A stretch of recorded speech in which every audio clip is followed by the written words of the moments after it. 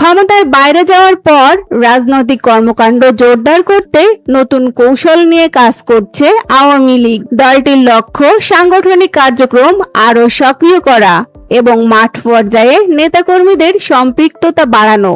একই সঙ্গে রাজনীতির মাঠে নিজেদের উপস্থিতি শক্তিশালী করার পরিকল্পনাও রয়েছে।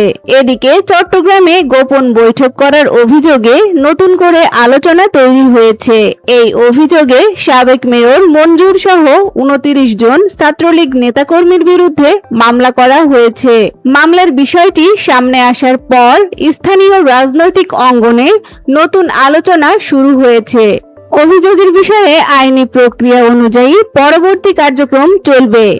একদিকে আওয়ামী লীগের সাংগঠনিক তৎপরতা বাড়ানোর পরিকল্পনা, অন্যদিকে চট্টগ্রামে নেতাকর্মীদের বিরুদ্ধে মামলার ঘটনা, দুই বিষয়ই বর্তমানে রাজনৈতিক অঙ্গনে গুরুত্ব পাচ্ছে। সর্বশেষ পরিস্থিতিতে দলীয় কার্যক্রম ও মামলার অগ্রগতি নিয়ে রাজনৈতিক পর্যবেক্ষকদের নজর রয়েছে।